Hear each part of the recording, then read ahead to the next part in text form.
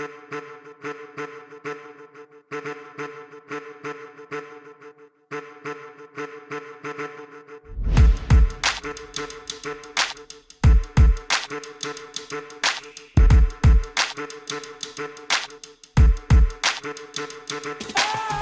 to another episode of the Presale Pulse, a channel that is dedicated to helping you understand everything happening in real estate across Metro Vancouver and the Fraser Valley. I'm Ryan Lalonde. And I'm Brittany Reimer, and no surprise, this Presale Pulse episode is all about beautiful Fraser Valley. So if you're new to the channel, Presale Pulse is all about recapping both the presale and the resale marketplaces over the past 30 days. Our goal and our singular purpose with our time today is to ensure that all of our subscribers and all of our viewers have their fingers on the pulse and become real estate intelligent. So we're here to ensure that all of our viewers understand the full picture of what's happening out there in the marketplace. Now, Brittany, we're almost capped off on the summer months. We're heading into the fall. We're kind of halfway through September. It's felt like a really quick step early in September. I know that we're all feeling that. We've had federal election results. These are expected imminently. We have schools back in session. Some of us happy about that, some of us less happy about that. And the struggle, COVID continues to impact every part of our education system. The vaccination passport has been rolled out and it continues to divide our province. And in all of the chaos, in all of the discomfort, Fraser Valley real estate market is still on fire. Britt, you're as close to the Fraser Valley marketplace as anybody else out there. What's happening out there right now? What's making waves and where's this market going? Ryan, you said it. Market is on fire. We're firing on all cylinders. Kids are back at school. I am not going to lie. I'm very happy that my children are back at school. I know they're equally as happy. And our development partners, we're busy. We're preparing to bring some incredible new projects and inventory to the market here. I'm not going to lie. I'm really excited to see some really great projects start to fire up here. So let's jump right into today's episode. We're going to talk about constrained supply continuing right into the fall with demand unrelenting. We'll talk pre-sale projects now selling and upcoming for fall supply. And lastly, we'll wrap it up with some resale stats and trends. Well, let's kick off with pre-sales. Jumping right into it, we got to talk about Towers by Vesta. What's going on there? Very exciting project, Ryan. The project will be the first concrete high-rise in Langley, so one to definitely watch for. That project will be featuring 700 homes. Yes, you heard that right, 700 homes and 75,000 square feet of indoor and outdoor amenity space featuring a basketball court, a putting green, community garden, among a lot of other things. We feel strongly that the market in Langley finally has capacity for this kind of project, especially along the 200th Street corridor, and I think we can expect projects like this to be more common moving forward. Well, that type of amenity commitment is really similar to some of those substantial amenity commitments that we're seeing in places much further west, right? So standard issue in parts of Metrotown, a little bit more standard issue also in parts of Burquitlam or certainly the downtown core, but 75,000 square feet in a more rural location, really, really exciting stuff. It's so great that it has finally arrived. Yeah, I agree. So speaking of amenities, let's jump into Eastin by Essence Properties.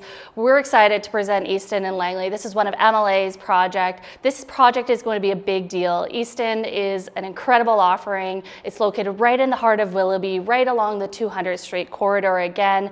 And this is Langley's most up and coming neighborhood. We're talking incredible amenities in the program, featuring a gym, social lounge, courtyard, Snellet, one valet, to name a few of the incredible amenities in this tech-forward building. In addition to the build quality and the spec, what really stands out is Essence Properties' commitment to this neighborhood.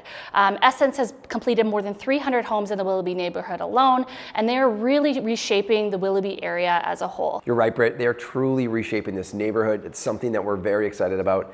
And of course, stay tuned and make sure that you're following us actively, whether through social media or through online. Check out the links below. Make sure that you're registered for this project because we know that unit allocations are going to be very strong. Demand already has been incredible, and we're very, very excited to see this drop into the marketplace. Yeah, right. Like other programs in Langley, we expect this is going to be a busy one, so definitely watch out for that. So Britt, next up, Melrose by ML Emporio Properties. Give us a little hint of what's to come. Yeah, so this project is located right on the corner of 104th and 133rd in Surrey. It's a 26-story, 223-unit concrete high-rise right in the heart of Surrey Central. They'll be hosting their realtor previews from September 19th to 22nd, and they'll begin writing their deals at the end of this month. One-bedroom homes starting in the low 400s, two-bedroom junior homes around the low 400s as well. So very, very competitive offering and really great price point. It seems like this time around they're taking a bit of a different approach to the way that they're doing suite allocations, maybe considering the heightened inventory. It is a tower versus the traditional low-rise offering. And so that'll be really interesting to watch for this developer. I'm going to jump in on Monaco by Salterra Development as next. Again, another exciting project. It's located in White Rock. It's by Salterra Developments, who has a very strong brand in a variety of different markets. It's going to be the first concrete tower to launch in that area in almost over 2 years, so a long time coming. The project is going to offer a range of unit types with a focus on larger format homes, and this is fairly typical of the luxury product offering that White Rock has typically come to market with. Interestingly, the project is going to offer urban tower homes and private collection homes. So let's head a little further southwest. Let's chat about South Haven by Park Ridge Homes. This offering began previews in mid-August and held its grand opening on September 11th. Since then, they've released 51 of the 172 homes into the market. And of course, Park Ridge has already been so active in this marketplace. We know this with their Haven townhome community right next door that performed very, very well when it was in market. The project, similar to the Haven townhomes, actually features modern farmhouse style condos, not seen before in this market, which has been a really big draw to this offering. The development is targeting a price per square foot in the low 700s, so really, really solid number for South Surrey market. We're seeing, of course, we know Langley being in the high 6s, and so to now see South Surrey in the low 7s is not surprising for us. Very competitive pricing, starting at $450,000 for their 1 bedrooms and $560,000 for their 2 bedrooms. Given where the market is at in Surrey, we expect this project will absorb very quickly. You know, you have Park Ridge. It's a really well-known brand in this community. They've done a fantastic job. Always being very thoughtful with finishings and also doing a great job always on quality, so no question about it. This will be one to watch. So let's jump into the resale stats. Demand remained incredibly high in both the pre-sale and resale markets, and it doesn't look like it's slowing down anytime soon. Sales were 2.4% higher than in August 2020 and 4% higher than last month. This is atypical for August, where we would generally see sales slow and inventory would start to increase. We see families preparing for the school year. That said, those factors were not pulling as much weight as they have historically. So looking at supply, there were just under 800 new listings this month, down 43% from last year. And we know that with such a tight market in the Fraser Valley right now, we'll be watching closely through the fall here as inventory typically is at its lowest. You know, it's really interesting because when you follow the Fraser Valley stats, they're not too dissimilar from the Metro Vancouver stats in the notion that inventory really has fallen off. In the Greater Vancouver area, we have inventory down by about 30%. In the Fraser Valley, a little bit more than 40%. And ultimately what that means is really strong sales to listing ratios. And there's no surprise then that the composite benchmark price for September once again continues to increase. It's up 23.7% over the past year, and it's up 2.1% over the last 3 months. Probably one of the slower appreciating months that we've had over the last 5, but nonetheless very strong. All product types have achieved both month over month and annual price appreciation. The shortage of new listings is what really is keeping us up at night, though. It's keeping the housing market firmly in the seller's market territory. Now, this is putting upward pressure on price. While price growth has been a little bit more moderate recently, as opposed to where it was earlier parts of the year, we're still finding that the bidding wars are still very active, and we have an incredible amount of buyer demand behind every listing. And as long as we have depression of listings relative to where we were maybe 2 to 3 years ago, it's hard to imagine how we're not going to continue to see upward pressure on price. So we talked about this actually back in our July edition of The Pulse.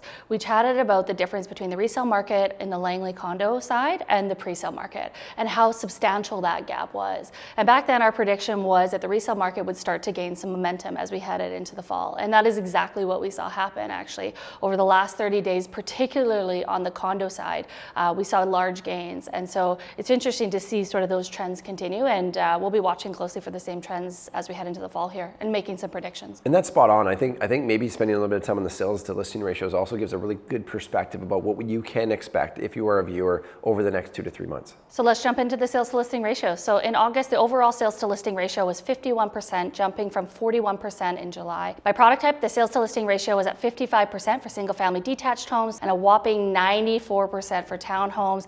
This is really interesting because even 2 months ago, we started to feel like the townhouse market had seen a bit of a shift, but these numbers say otherwise. And these numbers reflect that there is still a shortage of inventory, particularly on the townhouse side. If we think about that, that's 94 out of every 100 listings on the townhouse side in this market being absorbed. Those are really, really big numbers, particularly for townhouse in August. And you know, I think the reason, maybe some of the reason or justification behind that is that as single family has really pushed price point high, right? We're well above $1 million now in the Fraser Valley.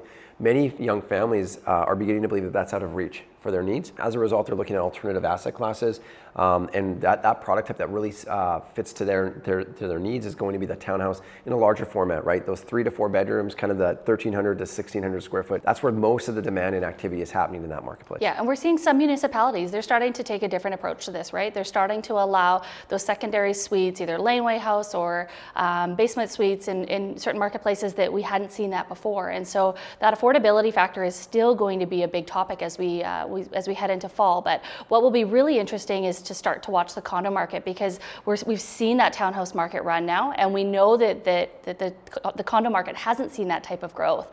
And so I think there's a really good opportunity for those that are investors or first-time buyers that are looking to get their feet planted in the market, particularly on the condo side and the wood frame projects. Yeah, you're right. The first wave was all about single family. The second wave has been about townhouses with really strong sales to listing ratios over the past 12 months. And yet condos, they've been active but not as active. And you're absolutely right. There hasn't been a lot of inventory of new product, wood frame, in parts of the Fraser Valley. But as that pushes in, it seems like you're going to see a lot of pressure up. Yeah, absolutely. If you found some value in today's episode, hit that like button and subscribe to our channel and Newswire. That's our daily email roundup of all the latest and greatest real estate news. That gives you immediate access to everything that's happening and trending in our marketplace. Subscribers get early access to both the pre-sale pulse, market insights, and of course the latest projects that are breaking ground within MLA Canada. So of course, the MLA advisory team is always available if you need data or more marketplace information. Contact us below by visiting the links below. And lastly, we want to hear from you. We've had some really great feedback over the last couple weeks on the pulse in particular. And so leave a comment if you have any questions or you want us to speak specifically about any trends or highlights or anything else mentioned in today's episode. We enjoy hearing from you. We love hearing from our peers. And we want to ensure that the Presale Pulse is your preeminent source of real estate intelligence. I think that's a wrap. That's a wrap. Good doing business with you. I'm Russell.